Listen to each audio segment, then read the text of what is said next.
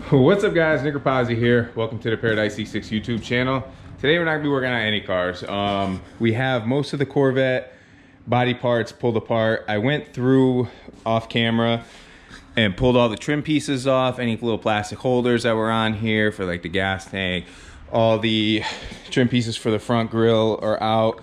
Taillights are out. The only thing I have left is this rear emblem that's gonna come out, and then I have to clean everything and then prep for sanding. I did pick up 500 grit sandpaper just so we can just scuff every single piece before we prime it, and then we'll put the white primer. The white primer's not coming until Wednesday, so we'll have time to get all of these prepped while the car's gone too. The car's not gonna be back until, I want to say Wednesday. I dropped it off at John's shop so he could do the intercooler piping and all the aluminum welding, because as you guys know, I tried it, it didn't come out too well and it kind of sucked. But the premise for today's video is to take 2 compressors and make one big one. So the reason why I'm doing this is because it's just so much cheaper for me to get 2 than it was for me to get 1. My father gave me this one. It's a 15-gallon, 1.5 horsepower. This one I bought off of, where did I buy this off of? I bought this offline. It was listed for like 160 bucks, offer up. And it's a, let me turn it around so you guys can actually see what it is. So it's a 33-gallon, 1.6 horsepower, 150 PSI, 33-gallon. So the 2 of these put together will give me close to 50 gallons of air. So it should be sufficient enough to do painting. I've seen a lot of people where they just did painting a car with just like a 33-gallon, 26-gallon air tank. So we have that. I also picked up at Harbor Freight an air dryer, so we're gonna see how well this one works. It was I think it was like 45 bucks.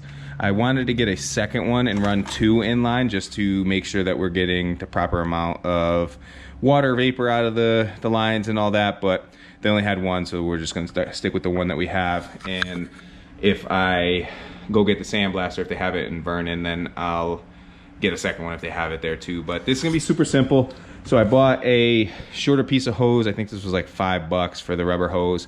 And on the tanks, it just so happens that it has an inlet right here and has the purge valve on here, which this one already has a purge valve. So I'm gonna remove the purge valve right here, connect from here to here, and both tanks will be put together. So this way I can turn both on, get full pressure, and basically have almost 3.1 horsepower of motor, because they're both gonna be running at the same time to fill. So this way we'll never have to worry about running out of air. Hopefully it'll be enough for me to try out the sandblaster on that. I do have the wet sandblaster as well, that when we get the power washer we'll do that.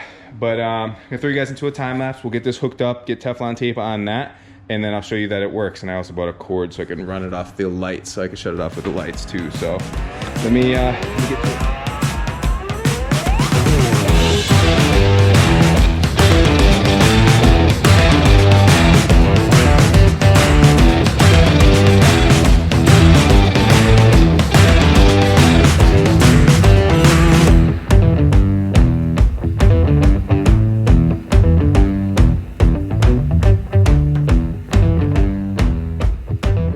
All right, guys, so it's super simple. I could have done it a lot cleaner by completely getting rid of the regulator itself right on here, but this would require me to take off the motor and do all that kind of stuff. So all I did was go from the side that's not regulated, where the air bleeder used to be, Teflon tape, put the hose in right through there, took the block off from right here, blocked off the regulated side on this one, so if I ever want to go back, I could put this back to normal in like 5 minutes. And then same thing with this. So if I ever want this to go back to normal, or if I need to pull this off, all it is a quick disconnect, and then I just have to block off that. And everything's all set up. So I'm gonna turn these on, see if they hold pressure, and if they do, everything's good, then we're good to go. So let me shut you guys off real quick. We'll fill these both up and make sure there's no leaks. All right, guys, so I tested everything out. Everything's working perfectly fine. It's holding 120 PSI. The biggest difference between the two, and I didn't realize this either, but it's not gonna make a difference, is this one isn't pressurized control to shut the motor off. So this one will run completely independently all the time, where this one has a switch where it does auto. Once it reaches about 150, this thing automatically shuts off and then kicks back on when it gets below, I want to say 100 PSI on the tank. So it's not gonna make a difference because when we're painting, we're gonna probably have both on the whole time to refill the tanks. So if there's a way for me to figure out if I can possibly get this type of regulator where it shuts it off automatically, I'll put that one on this one as well. But other than that, it's pretty simple. We got air. I just have to get the fittings put on that and we're good to go on this. So if you got any questions on this whatsoever, drop them in the comments below.